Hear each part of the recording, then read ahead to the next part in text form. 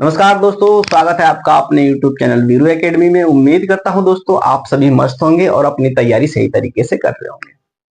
दोस्तों पिछले लेक्चर में हमने उत्सर्जन तंत्र को खत्म करा था। आज हम उत्सर्जन तंत्र से रिलेटेड जितने भी प्रश्न बनेंगे, जितने भी एग्जाम में पूछे गए प्रश्न हैं, उनको लेकर के आए हैं। तो सीधी बात नो बकवास, हम चलते हैं क्वेश्चन की दुनिया में। दोस्तों क्वेश्चन आपके स्क्रीन पे दिख रहा होगा, मैं टैबलेट में देख करके यहाँ पे आपको सॉल्व कराऊंगा। दोस्तों प्रश्न के सीक्वेंस में ध्यान नहीं देना है क्योंकि ये सीक्वेंस इधर उधर है, लेकिन प्रश्न क्या कह रहा है उसके कॉन्सेप्ट को समझने की कोशिश करना और उसका आंसर देना। आप पेन और पेपर लेकर के बैठ जाइए और अपने आप को स्वयं को एनालिसिस करिए कि इतने प्रश्नों में से हमारा कितना आंसर सही हो पा रहा है। यदि नहीं भी हो पा रहा है तो अभी आप सीख रहे हैं दोस्तों, धीरे धीरे सब सही हो जाएगा। ठीक है, तो पहला प्रश्न आपकी स्क्रीन पे दिख रहा होगा। पहला प्रश्न दिख रहा है दोस्तों आपके स्क्रीन पे, मानव शरीर में जल की मात्रा को संतुलित करने में कौन सा अंग उत्तरदायी है, बताइए। दोस्तों जाहिर सी बात है, जब हम पानी पीते हैं, पीने के बाद हमने बताया था कि क्या रास्ता होता है उस पानी का। सबसे पहले बक्कल कैविटी में, फिर फेरिंग्स में, फिर ओइसोफेगस में, फिर अमाशय में, फिर छोटी आंत, फिर बड़ी आंत में एब्जॉर्प्शन होगा। फिर एब्जॉर्प्शन करने के बाद वो ब्लड में मिला दिया जाएगा। ब्लड रीनल आर्टरी से कहाँ जाएगा, किडनी में जाएगा। किडनी में क्या होता है, जो पानी अनवांटेड होता है यानी एक्स्ट्रा होता है, उसको हमारे यूरिन के रास्ते बाहर निकाल दिया जाता है। जो किडनी होता है दोस्तों, वही हमारे शरीर में पानी को कंट्रोल करने का काम करता है या पानी को लेवल को नियंत्रित करता है। तो इसका सही जवाब हो जाएगा वृक्क, ऑप्शन नंबर तीसरा। चलते हैं अगले प्रश्न पे।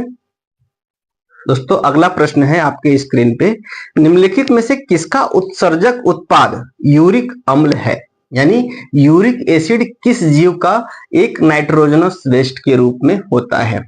तो हमने बताया था दोस्तों, जो पंछी होते हैं, जो बर्ड्स होते हैं, उनका जो नाइट्रोजनस वेस्ट होता है वह क्या होता है, यूरिक एसिड होता है। तो इसका सही जवाब हो जाएगा ऑप्शन नंबर तीसरा। ठीक है, चलते हैं अगले प्रश्न पे।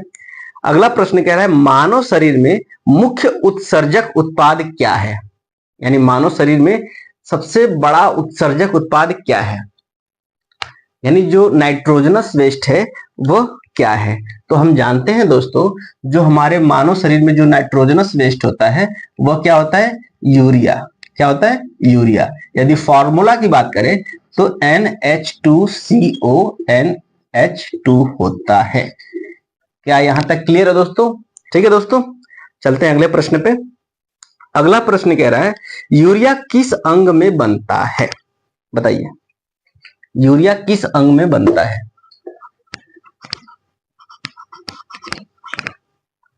चलिए अगला प्रश्न है, यूरिया किस अंग में बनता है।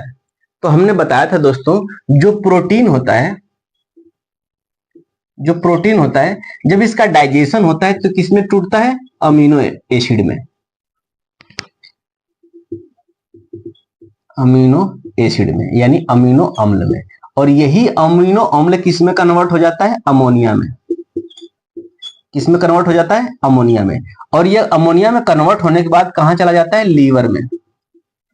लीवर में, और जब लीवर में जाता है दोस्तों, तो यहाँ पे एक साइकिल होती है जिसको कहते हैं यूरिया साइकिल। क्या कहते हैं, यूरिया साइकिल। इसमें क्या होता है, यह अमोनिया यानी NH3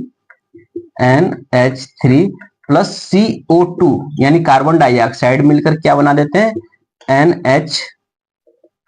NH2CO NH2। यही जो फॉर्मूला है दोस्तों, यह यूरिया का फॉर्मूला है। किसका फॉर्मूला है, यूरिया का। और जो एंजाइम होता है, एंजाइम होता है, ये एंजाइम कौन सा होता है, यूरिएज। कौन सा एंजाइम होता है, यूरिएज। तो दोस्तों यहाँ पे प्रश्न एक था आपका कि यूरिया का फॉर्मेशन कहाँ होता है, लेकिन मैंने सारी चीजें आपको बता दिया कि ये पहले तो इसका सही जवाब हो जाए लीवर, क्योंकि यूरिया का फॉर्मेशन कहाँ होता है, लीवर में। किस साइकिल द्वारा होता है, यूरिया साइकिल के द्वारा। यदि बात करें किससे बनता है, तो अमोनिया से बनता है। जो मेन प्रोडक्ट है वो क्या है, प्रोटीन है। तो ये सारी चीजों को अब जब रिकवर करेंगे दोस्तों, तो आपका उत्सर्जन तंत्र का क्लास बिल्कुल ही क्लियर हो जाएगा। आपको पीछे जाने की भी जरूरत नहीं है। लेकिन यदि आप तो डीप में जानकारी चाहते हैं तो मेरे पिछले वाले लेक्चर को देखना ना भूलें। ठीक है दोस्तों, चलते हैं अगले प्रश्न पे। अगला प्रश्न कह रहा है मूत्र मुख्य रूप से किस पदार्थ से बना होता है? बताइए दोस्तों, जो मूत्र होता है या यूरिन होता है या पेशाब होता है वह किस पदार्थ से बना होता है? बताइए। इसको मिटा देता हूं। अब बताना है दोस्तों, जो पेशाब होता है या मूत्र होता है वह किस पदार्थ से बना होता है, यानी कि कौन कौन सी चीज मिल करके मूत्र का निर्माण करते हैं। तो आप जानते हैं कि जो हमारे शरीर में नाइट्रोजनस वेस्ट है वो क्या है? यूरिया है। तो पहला नंबर पे क्या आ जाएगा? यूरिया। फिर इसके बाद दूसरा नाइट्रोजनस वेस्ट क्या है?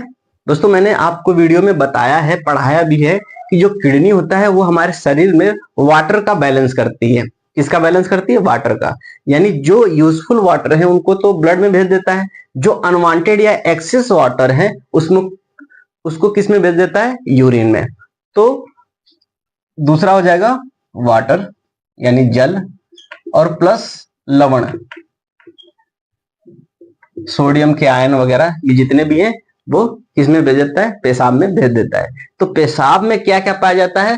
पहला तो पाया जाता है यूरिया, फिर जल, फिर लवण। इसका सही जवाब हो जाएगा ऑप्शन नंबर दूसरा, जल, यूरिया और लवण। यहां तक क्लियर हो गया दोस्तों? बिल्कुल सही तरीके से समझ में आ रहा होगा। चलते हैं अगले प्रश्न में। अगला प्रश्न कह रहा है नेफ्रॉन क्या है? नेफ्रॉन क्या है?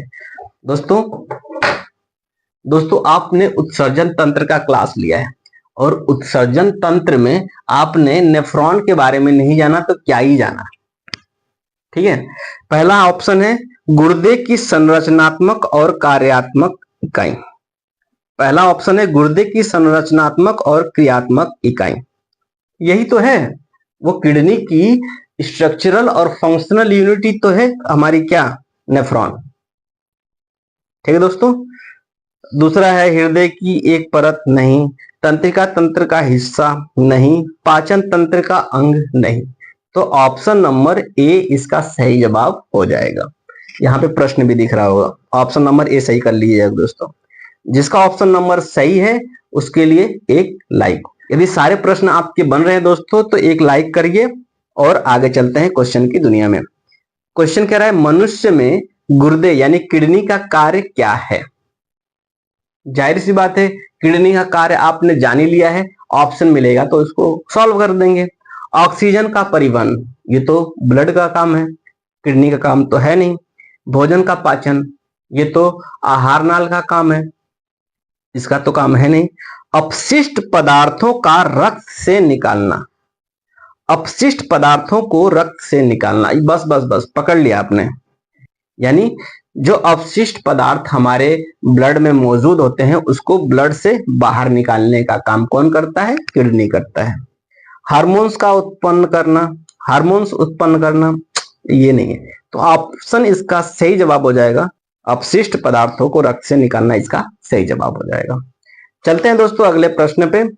अगला प्रश्न कह रहा है दोस्तों मानव में मूत्र को मूत्राशय तक पहुंचाने वाली नलिका कौन सी होती है?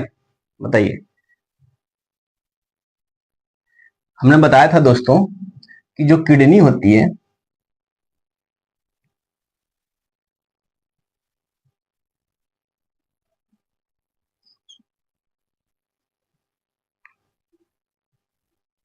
बना देता हूं किडनी, आप भी बनाते रहिए दोस्तों। इससे क्या होगा, आपका पहला तो इंटरेस्ट जगेगा बायोलॉजी क्लास से, और दूसरा क्या होगा कि आपको सारी चीजें बिल्कुल समझ में आएंगी। मैं बनाता हूं इसीलिए ताकि ये सारी चीजें एक बार रिकॉल हो जाए, आपका भी और मेरा भी।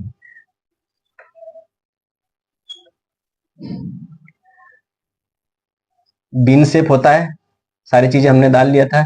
एक बड़ा होता है एक छोटा होता है, ये भी डाल लिया था।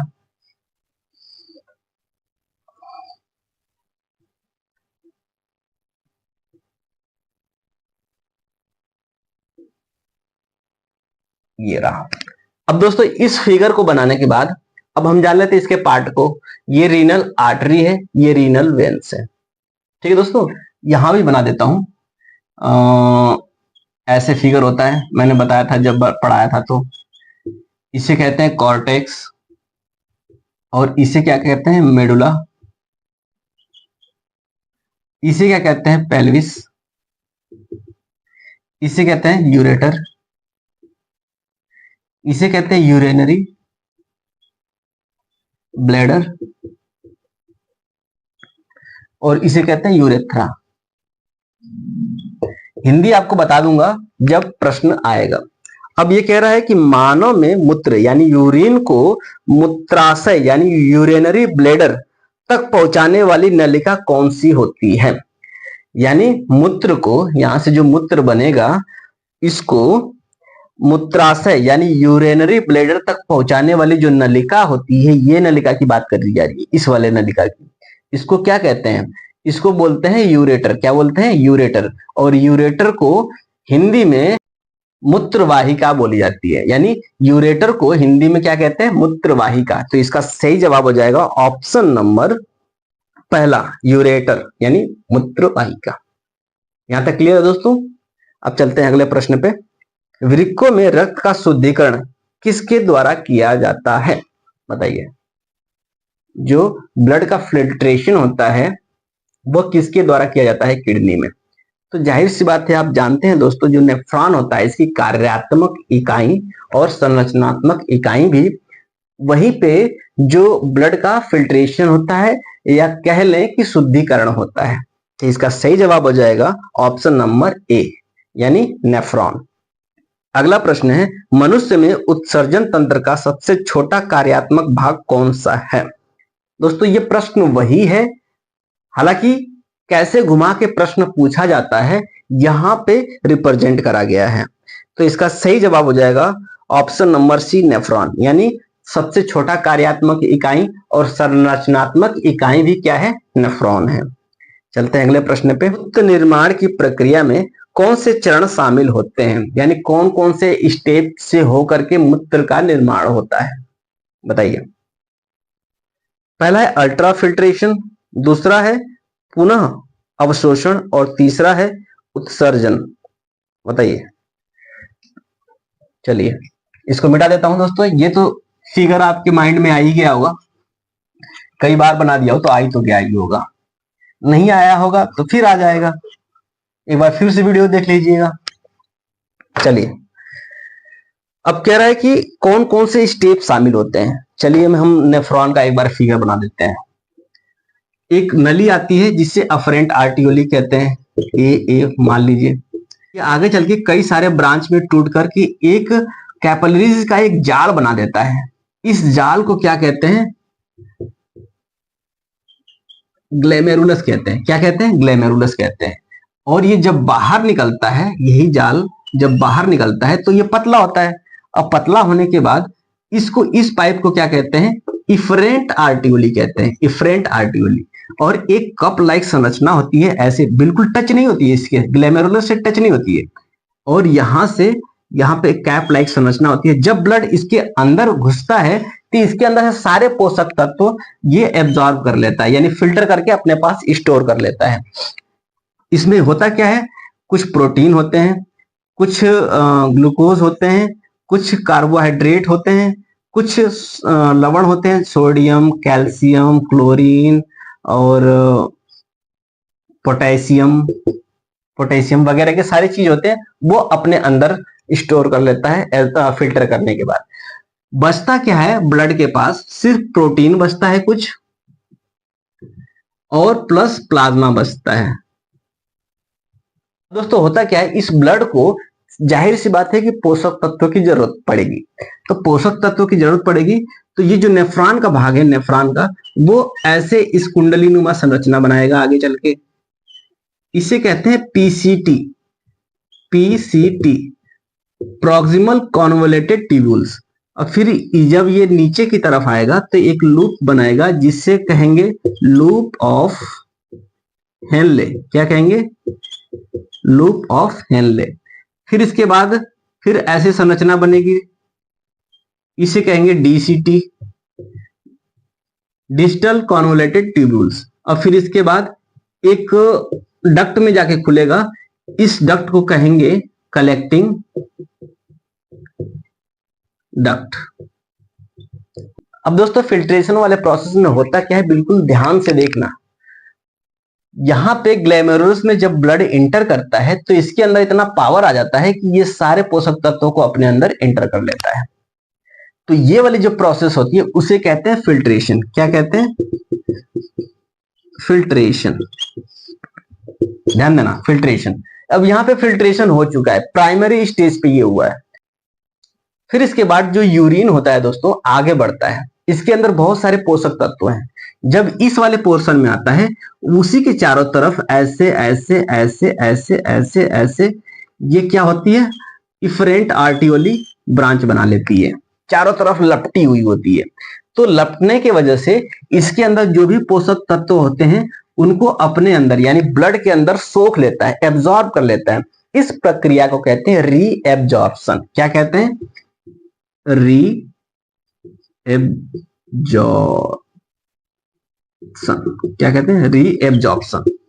जब ये यूरिन आगे बढ़ता है तो इसको कहेंगे लूप ऑफ फेनले। यहाँ पे भी रीएब्जॉर्प्शन की प्रक्रिया होती है। फिर आगे जाने के बाद यहाँ पर भी रीएब्जॉर्प्शन की प्रक्रिया होने के साथ साथ कुछ अनवांटेड चीज ब्लड में आ जाते हैं, वो दोबारा जब नेफ्रॉन के अंदर भेजा जाता है तो वो प्रक्रिया सिक्रेशन कहलाती है। फिर इसके बाद यहाँ पे सारे ब्लड जो होते हैं, यहाँ पे जो ब्लड होता है वो अपना पोषक तत्व लेकर के रीनल वेंस के द्वारा बाहर निकाल दिया जाता है। जबकि जितने भी यूरिया वाले प्रोडक्ट होते हैं या फिर मूत्र होता है वह कलेक्टिंग डक्ट में कलेक्ट हो जाता है। तो ये वाली जो प्रोसेस होती है बाहर निकलने की यूरिया की, इस प्रोसेस को कहते हैं एक्सक्रीशन। क्या कहते हैं? एक्सक्रीशन या उत्सर्जन कहते हैं। यहाँ पे ये वाली प्रक्रिया हमने देखा था, इसको क्या कहते थे? सिक्रेशन। तो ये प्रक्रिया कौन कौन सी हो गई? पहला फिल्ट्रेशन, दूसरा रीएब्जॉर्प्शन, तीसरा सिक्रेशन और चौथा एक्सक्रीशन। तो दोस्तों ये सारी प्रक्रियाएं होती हैं किडनी के अंदर यानी नेफ्रॉन के अंदर। तो हम चलते हैं प्रश्न पे। प्रश्न हमारा क्या था, अब आपसे ये प्रश्न बन जाएगा। प्रश्न था मूत्र निर्माण की प्रक्रिया में, यानी ये मूत्र निर्माण की प्रक्रिया में कौन से चरण शामिल होते हैं।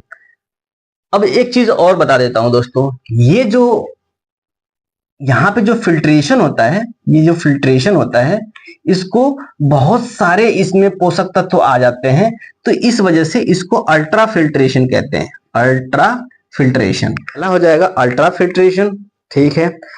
पुनः अवशोषण यानी रीएब्जॉर्प्शन, ये भी ठीक है। तीसरा है उत्सर्जन यानी एक्सक्रीशन, यानी ऑप्शन नंबर हो जाएगा डी, यानी उपयुक्त सभी। ये किसके हिस्सा है? नेफ्रॉन के या यूरिन के फॉर्मेशन का एक प्रोसेस है। तो अल्ट्रा फिल्ट्रेशन, रीएब्जॉर्प्शन और एक्सक्रीशन इसमें दिया है, जबकि एक प्रोसेस और होता है सेक्रेशन जो ऑप्शन में नहीं दिया है। फिर भी आपके जानकारी के लिए बता देता हूं ताकि प्रश्न यदि पूछा जाए एग्जाम में तो आप उसे बता दें। अब चलेंगे दोस्तों अगले प्रश्न पे। इसको मिटा देता हूं। उम्मीद करता हूं सारी चीजें आपको समझ में आ रही होंगी। दोस्तों वीडियो पसंद आए तो लाइक शेयर करते रहें अपने दोस्तों में, ताकि इस मौके का फायदा वो भी उठा सकें। चलते हैं अगले प्रश्न पे। गुर्दों में यानी किडनी में मौजूद ग्लोमेरुलस का कार्य क्या है, यानी ग्लोमेरुलस का कार्य क्या है, यानी फंक्शन ऑफ ग्लोमेरुलस के बारे में पूछ रहा है। आपने देखा था दोस्तों ये जो धमनी थी इसे कहते हैं अफरेंट आर्टियोली, ठीक है। यहां से क्या होता है, ये कई सारे ब्रांच में टूट जाता है और एक कैपिलरीज का गुच्छा बना देता है। इसी को क्या कहते थे? ग्लोमेरुलस कहते थे। तो इसका काम क्या होता है? इसका काम क्या होता है दोस्तों? फिल्ट्रेशन का काम होता है। किसका? फिल्ट्रेशन। इसी वजह से फिल्ट्रेशन हो पाता है जब ग्लोमेरुलस में जाता है।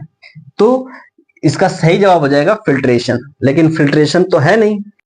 ब्लड का निस्पंदन को ही कहते हैं फिल्ट्रेशन ऑफ ब्लड। इसका सही जवाब हो जाएगा ऑप्शन नंबर बी, यानी ब्लड का यानी रक्त का, किसका? रक्त का निस्पंदन। क्या हो जाएगा? रक्त का निस्पंदन। तो रक्त का निस्पंदन इसका सही जवाब हो जाएगा। चलते हैं दोस्तों अगले प्रश्न पे। मूत्र का निष्कासन किसके द्वारा नियंत्रित किया जाता है? ध्यान देना, यहाँ पे वृक्क मत लगा देना। कह रहा है कि जितने भी यूरिन का फॉर्मेशन होता है या मूत्र का निष्कासन होता है हमारे शरीर से बाहर निकालने का, या फिर कह लें कि जो भी हम पानी पीते हैं कितना हमें यूज करना है, कितना शरीर से बाहर निकालना है, इन सारी चीजों को कंट्रोल कौन करता है? Hypothalamus gland. हमने आपको बताया था दोस्तों दोस्तों जो हमारे शरीर में वाटर के लेवल को कंट्रोल करने का काम करता है या वाटर को बैलेंस करने का काम करता है, वो कौन सा करता है? ADH hormones.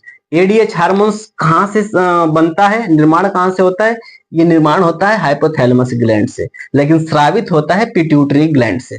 तो इस वजह से यदि ऑप्शन में हाइपोथैलेमस ग्लैंड है तो हाइपोथैलेमस ग्लैंड सही जवाब हो जाएगा, क्योंकि यह बाप है। यदि हाइपोथैलेमस ग्लैंड ऑप्शन में नहीं हो, पिट्यूटरी ग्लैंड हो, तो ये भी जवाब आपका सही माना जाएगा। ये दोनों ऑप्शन प्रश्न में नहीं दिए होंगे, ये चीज ध्यान देना दोस्तों। तो इसका सही जवाब हो जाएगा option number B, hypothalamus gland. ठीक है, चलते हैं अगले प्रश्न पे, इसको मिटा देता हूं। अगला प्रश्न कह रहा है दोस्तों, कौन सा हार्मोन जल संतुलन बनाए रखने में मदद करता है? अगला प्रश्न कह रहा है दोस्तों, कौन हार्मोन जल संतुलन बनाए रखने में मदद करता है? तो यही तो है, हालांकि मिटाया नहीं हूं मैं, यही हार्मोन्स है, एडीएच हार्मोन्स है, एंटी डाईयूरेटिक हार्मोन्स। चलिए ये प्रश्न भी आ गया इसी में और कवर भी हो गया। एंटी डाईयूरेटिक हार्मोन स्रावित कहां से होता है? पिट्यूटरी ग्लैंड से। निर्माण कहां होता है? हाइपोथैलेमस ग्लैंड में। बिल्कुल क्रिस्टल क्लियर है। चलते हैं अगले प्रश्न पे। अगला प्रश्न है दोस्तों, मनुष्य में यूरिया चक्र कहाँ होता है? दोस्तों हमने स्टार्टिंग में ही बताया था कि जो प्रोटीन होता है, प्रोटीन जो होता है वो अमीनो एसिड में टूटता है, अमीनो एसिड अमोनिया में कन्वर्ट होता है। किस में कन्वर्ट होता है? अमोनिया में। और ये लीवर में जब रहता है तो CO2 के साथ मिल करके एक एंजाइम इसके साथ मिलता है। कौन सा एंजाइम? यूरिएज। यूरिएज एंजाइम के साथ मिल करके ये क्या बनाता है? अमोनिया बनाता है, NH2CO NH2। ये जो साइकिल दोस्तों कहलाती है, इसी साइकिल को कहते हैं यूरिया साइकिल। क्या कहते हैं? Urea cycle. तो ये जो यूरिया साइकिल होती है कहाँ कंडक्ट होती है? लीवर के अंदर। लीवर यानी यकृत के अंदर ये कंडक्ट होती है। तो इसका सही जवाब हो जाएगा ऑप्शन नंबर ए, यकृत। मजा आ रहा है दोस्तों? मजा आ रहा होगा यार, सारे क्वेश्चन आपके बन रहे हैं, अब मजा नहीं आएगा तो कब आएगा? एक चैप्टर तो लेके चल रहे हैं, एक ही चैप्टर से बताइए इतने प्रश्न पूछे जाते हैं। यदि आप सारे चैप्टर कंप्लीट कर लेंगे दोस्तों तो आपको एग्जाम क्रैक करने से कोई नहीं रोक सकता, दुनिया की कोई ताकत नहीं रोक सकती। कुछ ज्यादा नहीं हो रहा है? ठीक है, होना भी चाहिए। चलिए दोस्तों अगले प्रश्न पे चलते हैं। अगला प्रश्न कह रहा है दोस्तों, मूत्र में किस पदार्थ की उपस्थिति मधुमेह यानी डायबिटीज का संकेत देती है? चलिए इसका जान लेते हैं दोस्तों। जब फिल्ट्रेशन कर रहा होता है हमारा नेफ्रॉन, तो उसमें जो पदार्थ होते हैं उसमें एक पदार्थ होता है ग्लूकोज। क्या होता है? ग्लूकोज। ये जो ग्लूकोज होता है वह पहले तो फिल्ट्रेशन के दौरान किस में आ जाता है? बोमेन कैप्सूल में आ जाता है, लेकिन ब्लड वेसल्स के द्वारा इसको रीएब्जॉर्ब कर लिया जाता है और ब्लड में मिला दिया जाता है। जब वही रीअब्जॉर्प्शन नहीं हो पाता है प्रॉपर तरीके से, तो जो ग्लूकोज होता है वह किस में आ जाता है? यूरिया में आ जाता है। इसका सही जवाब हो जाएगा ऑप्शन नंबर बी, ग्लूकोज। यानी ग्लूकोज हमारे शरीर में जब यानी ग्लूकोज हमारे मूत्र में जब ज्यादा हो जाता है तो यह संकेत किसका होता है? कौन से रोग का होता है? मधुमेह रोग का या डायबिटीज का। यहां तक क्लियर दोस्तों? चलिए एनर्जेटिक रहिए, हालांकि प्रश्न आपके सामने जल्दी ही आ रहा है। अगला प्रश्न है दोस्तों, मानव शरीर में कुल कितने किडनी होते हैं? इसका सही जवाब है ऑप्शन नंबर डी, यानी 4। चलते हैं अगले प्रश्न पे। क्या 4 नहीं पाए जाते हैं? कितने पाए जाते हैं? अरे यार मैं तो समझ रहा था 4 पाए जाते हैं।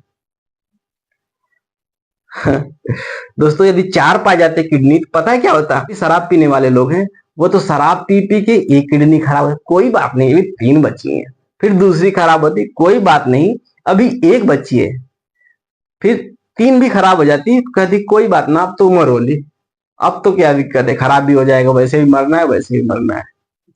लेकिन 2 ही किडनी पाई जाती है, इस वजह से एक किडनी खराब होने के बाद आदमी क्या होता है, सतर्क हो जाता है। ठीक है, तो इसका सही जवाब हो जाएगा ऑप्शन नंबर बी, हमारे शरीर में 2 किडनी पाई जाती हैं। चलते हैं अगले प्रश्न पे।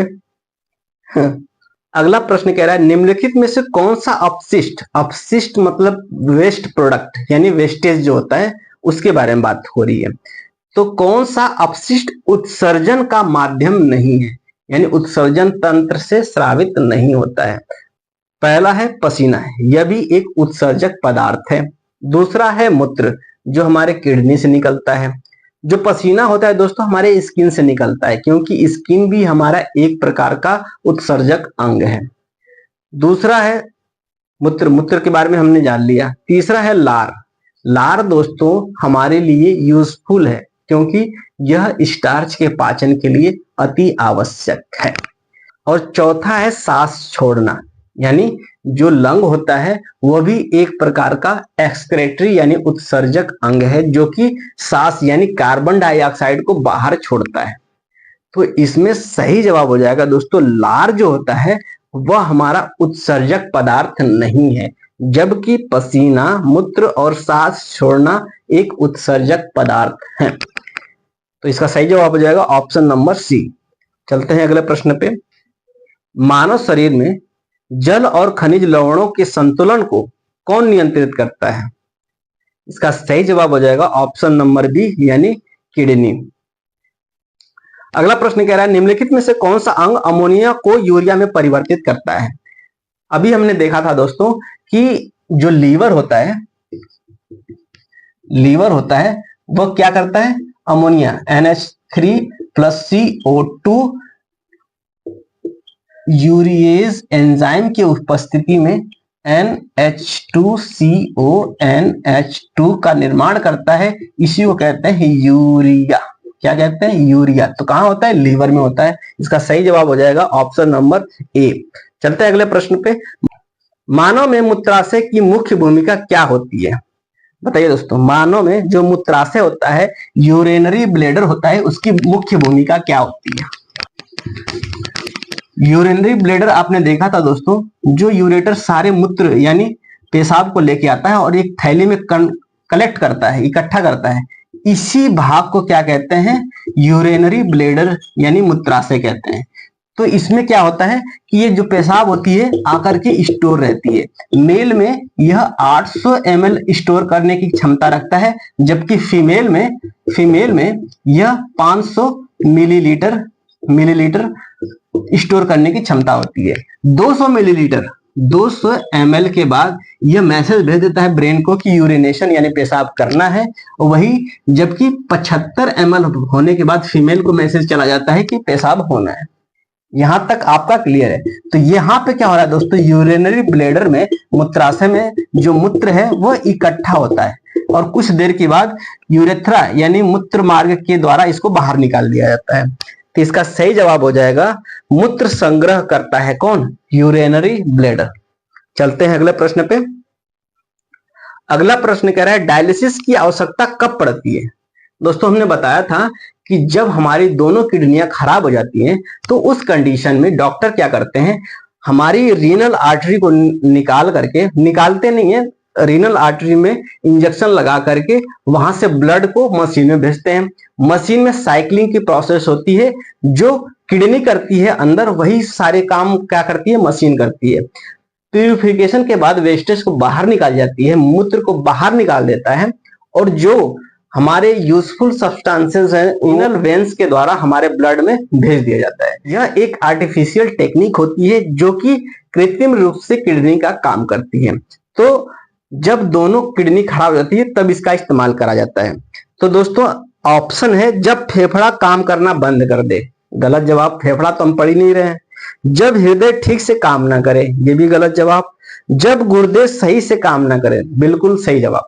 जब हमारा गुर्दा काम करना बंद कर देता है दोस्तों, तब हम प्रोसेस अपनाते हैं डायलिसिस का। यह एक कृत्रिम प्रोसेस है, यानी कृत्रिम वृद्धि है, जिससे हम ब्लड को छानने का काम करते हैं। डी ऑप्शन भी देख लेते हैं, जब यकृत खराब हो। यकृत खराब होने से क्या मतलब है? चलते हैं अगले प्रश्न पे। निम्नलिखित में से कौन सा हार्मोन से पुनः अवशोषण को नियंत्रित किया जाता है? पुनः अवशोषण को कौन नियंत्रित करता है दोस्तों?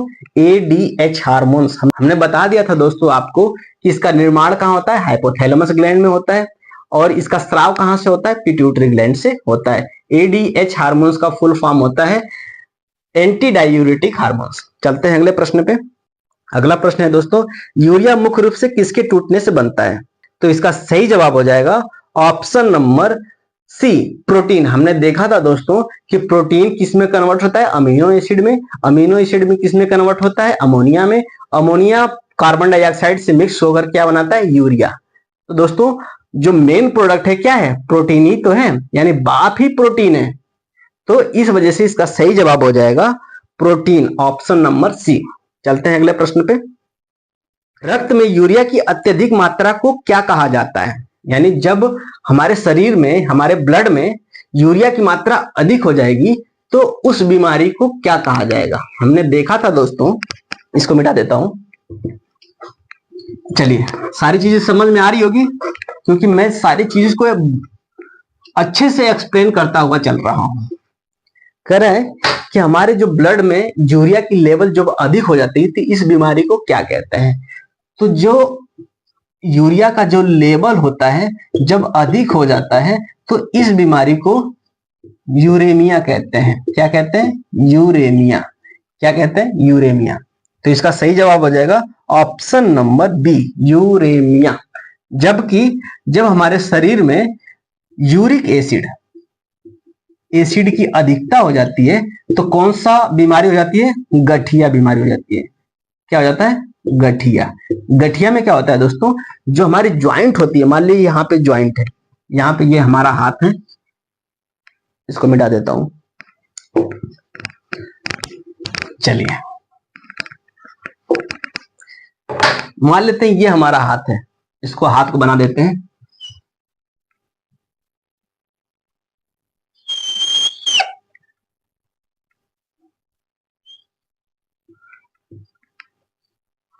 ये कुछ हाथ हैवी नहीं हो गया?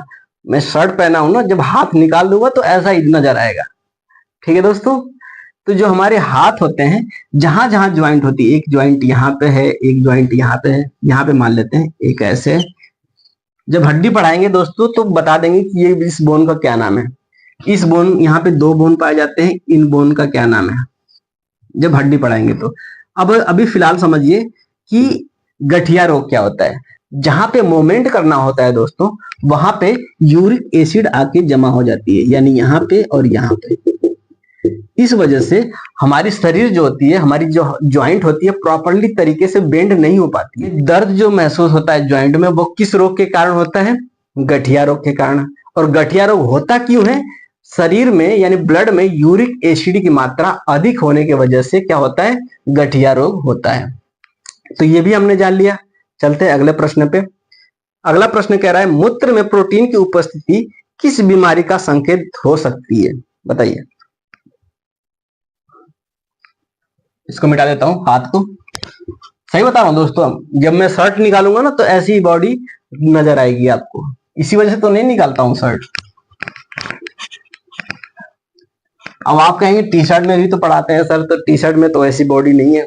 टी शर्ट में मैंने फिल्टर लगा रखा है, आप हमारी बॉडी को ज्यादा भड़कीला ना दिखाएं, ताकि हमारे सब्सक्राइबर कहीं भाग न जाएं, क्योंकि उन्हें तो पढ़ना है और कंटेंट हम आपको प्रोवाइड करा ही रहे हैं। अगला प्रश्न है दोस्तों, मूत्र में प्रोटीन की उपस्थिति किस बीमारी का संकेत हो सकती है? प्रोटीन की उपस्थिति बताइए।